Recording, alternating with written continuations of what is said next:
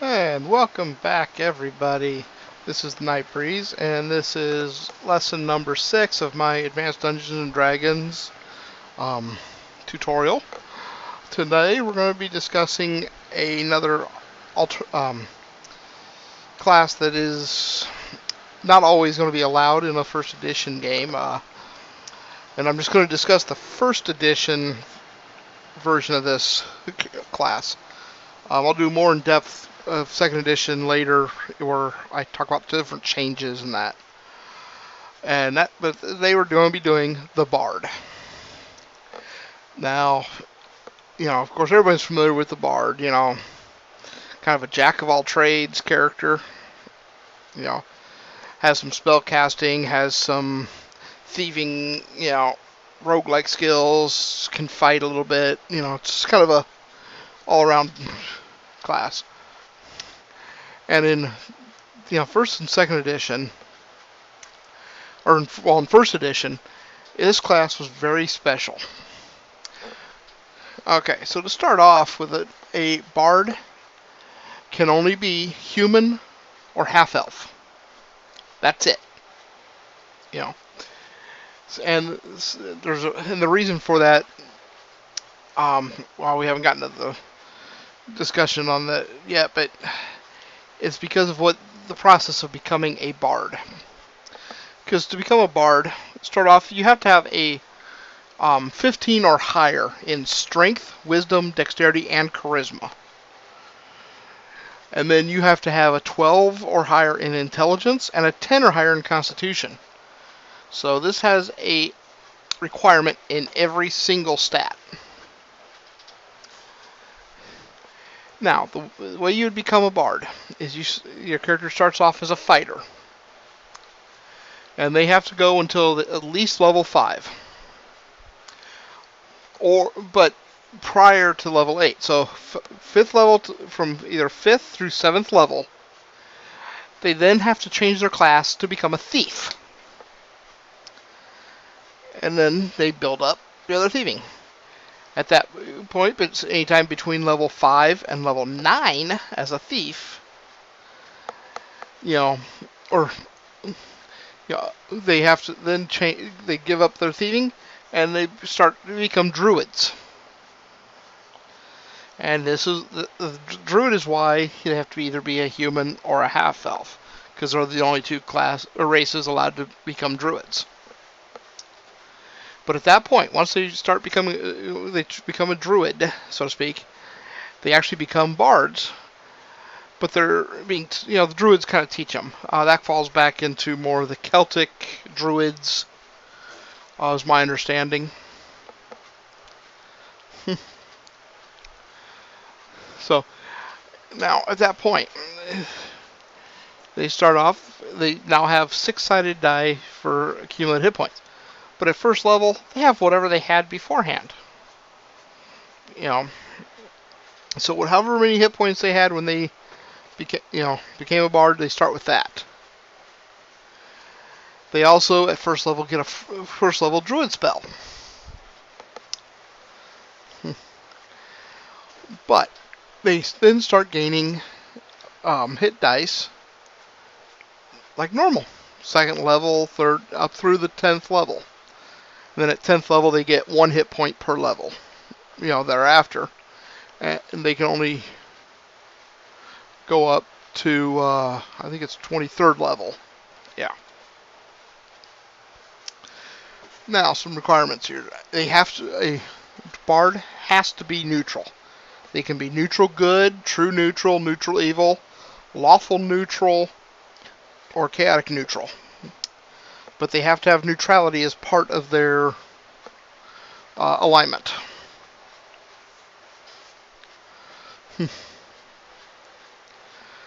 Okay. Now, they're not going to progress in spells as high as a true druid. As a matter of fact, they don't get higher than 5th level spells. So that's, they're not going to be a true druid.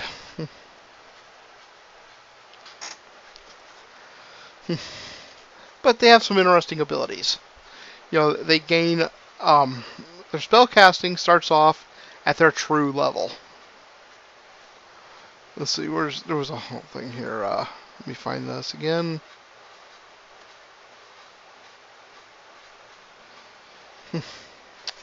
Oh, there was a notation here. Now, of course, I can't locate it, so.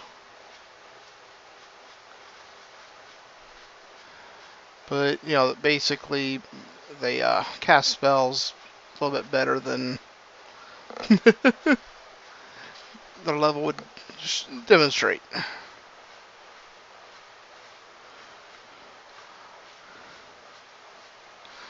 Now, they do gain the druidic powers as a druid of the same level, which would then include their druidic shape-shifting capabilities and all that good stuff. But okay, well, yeah.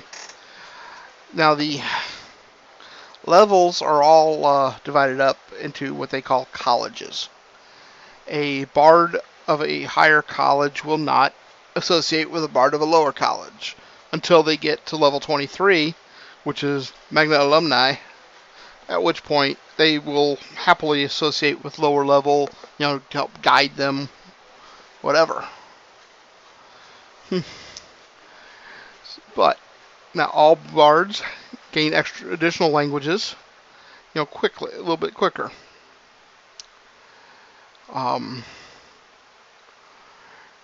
Looks like every couple levels they gain. See, at level 4 they gain another language. Level 6, level 7, level 9, level 10, 12, 13, 6, or 15, 16, 18, 19, 20, 21, 22, and 23. So, they're going to have more languages than a lot of characters. But of course, that's, they're traveling, they're trying to entertain, they're, studying poetry and all this. They're going to learn these different languages. Now, they have a chance. Okay. Well, now we'll get into this. A bard engages in combat at the level that they attained as a fighter. So, whatever level fighter you are, that's where your THAC0's going to end. They perform as thieves at the level they attained as a thief. And we'll go into that a little more when we discuss thieves. The saving throws are made on the most favorable table. And they use the druid as their actual bard level. So they go to roll a saving throw, and you would look at the druid, the fighter, the druid, the fighter, and the thief. And whichever is the most favorable save of those three is what they are rolling against. Now, the poetic ability of a bard can raise the morale by 10%. Can also inspire, ferocity in attack, which will increase their to hit roll by a bonus of 1. But it requires 2 rounds to do it. So, and then that effect lasts for 1 turn.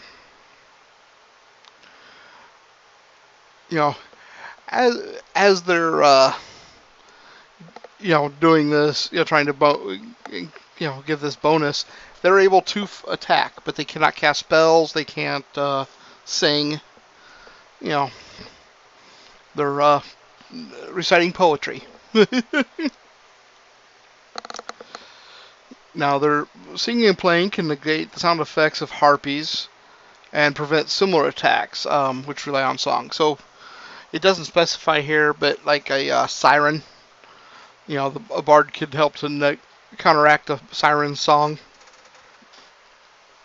And it'll also quiet the noise from a shrieker, because those creatures are soothed by the vibration of the instrument.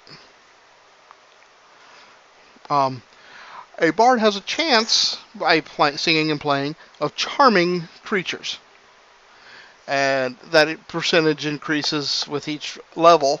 It starts at a 15% chance at level 1, and that's bard level, up to the 95% chance at level 23. um, and if the creature's within range, they have to save versus magic or be charmed, and just sit and tranced by the bard. And even those that don't make their saving throws are going to listen to the song for one round. So yeah, it's possible for the bard to give their party a full one round without being attacked.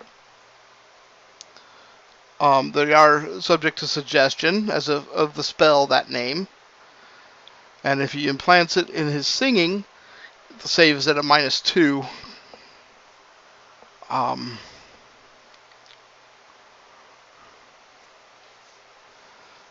Let's see. Loud noise and physical attack will immediately negate the charming, but not the suggestion. So if they're sitting there just, staring at the thing, you hit them, or you make a lot of noise, you're going to break the charm on them. But if you have a suggestion implanted, that will remain. Now, due to their training, a bard has knowledge of a lot of legendary magical items after the first level. So, at second level, if they hold a sword, they find, for instance, just pulling something out of my rear, they find Excalibur. And they hold it and they're looking at it. But there's no, they have at second level, they have a 5% chance of knowing, hey, this is Excalibur, and knowing some information about it. At 23rd level, it's a 99% chance. And it's going to give you the same information as the magic user spell Legend Lore, which we'll discuss spells later. Now, without actually touching the item, the bard also has a chance of determining its magical properties and alignment. That ability is limited to armor, miscellaneous weapons, miscellaneous magic items that are usable by a druid, fighter, or thief, unless they are inscribed with magical writing, in which case they can read that at least, If a wand has the command word written on it, they can read that. Potions, rings, rods, staves, wands, if they're usable by a druid, fighter, or thief. Scrolls, and swords. Now, artifacts are legendary in nature and not considered miscellaneous magic items. But yeah, so basically, artifacts, they have a shot at knowing, what the artifact is. Now, except as noted, bards able to use magic items are permitted to druids, fighters, and thieves. Books, librams, tomes, which pertain to druids, fighters, or thieves, are beneficial or baneful to bards. And they can raise the fighting or thieving ability of a bard beyond the normal.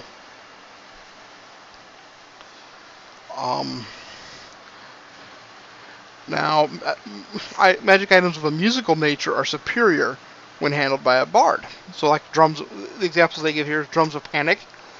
The save is made at a -1. The Horn of Blasting does 50% greater damage. The Lyre of Building has double the effect. Pipes of the Sewer will double the number of rats in 1/2 of the time.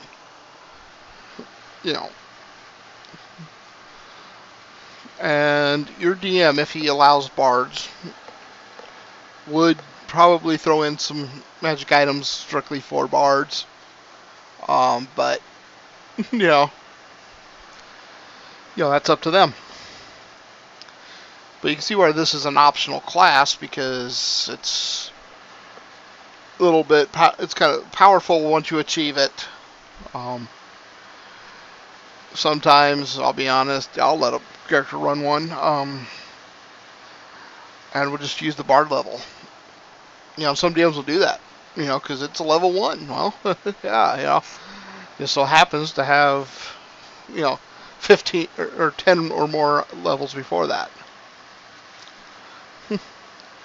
Now, bards will never serve as a henchman for longer than 1 to 4 months. And they're not able to employ henchmen other than druids, fighters, or thieves of human, half-elven, or elven race. It's possible for a bard to have 1 henchman upon attaining 5th level, 2 at 8th level, 3 at 11th, 4 at 14th, 5 at 17th, 6 at 20th, and at 23rd level, they can have as many as possible. Which is subject to the bard's charisma, of course. And only a bard of 23rd level will settle down and construct a stronghold. Now, the colleges. At first level, the bard is a probationer. He doesn't belong to one of the colleges at that point. Then he goes up to 7th or 2nd level and joins I'm probably going to mutilate these names, but Flakluken. And he stays at that through 4th level. Then at 5th level, he joins Macpyramid.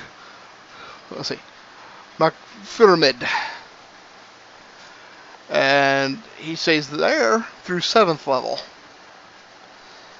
8th level through 10th level, he's with the college DOS. D-O-S-S. 11th level joins Kanaith and is there until 13th level. 14th through 16th is Cly, I guess, CLI. 17th through 19th is Anstruth. 20 through 22 is Olam. And then at 23rd level, Magna Alumni.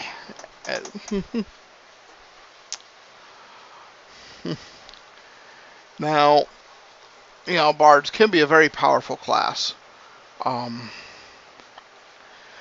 And they can also be a lot of fun to play, provided you're willing to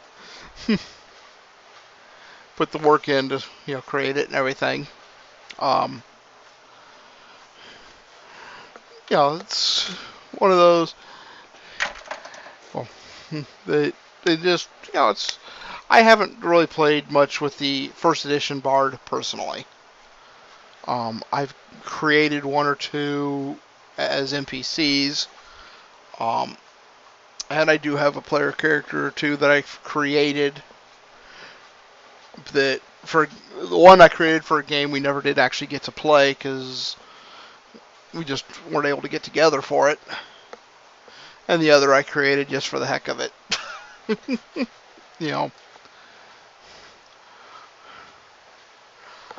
So, but that's the Bard. I know this one is shorter than, I think this is about right, normal. So, the next video I do is going to be, I believe, the Cleric. And that's going to get back into just standard classes. And I believe we'll be in standard classes then for... We got one more specialty class, so to speak, which is the Cavalier, will be the next one we do. So, that's out of the Unearthed Arcana. And then after that, I believe we'll go into the Clerics, so we'll be into the regular classes for a while. So, thank you for joining me. As always, if you enjoyed my content, leave a like. If you're not subscribed, go ahead and hit that subscribe button.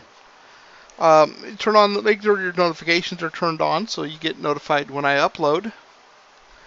Tell your friends, hey, even if you don't particularly enjoy my content, they might. And as always, please leave a comment. I really do enjoy reading the comments. To me, that's one of the best parts. And, if you want to tell me about one of your favorite D&D characters or whatever, hey, I look forward to it. I love, especially if a person has a D&D character that's near and dear to their heart. So, thank you all, and hopefully we'll be able to do this again real soon. Bye-bye.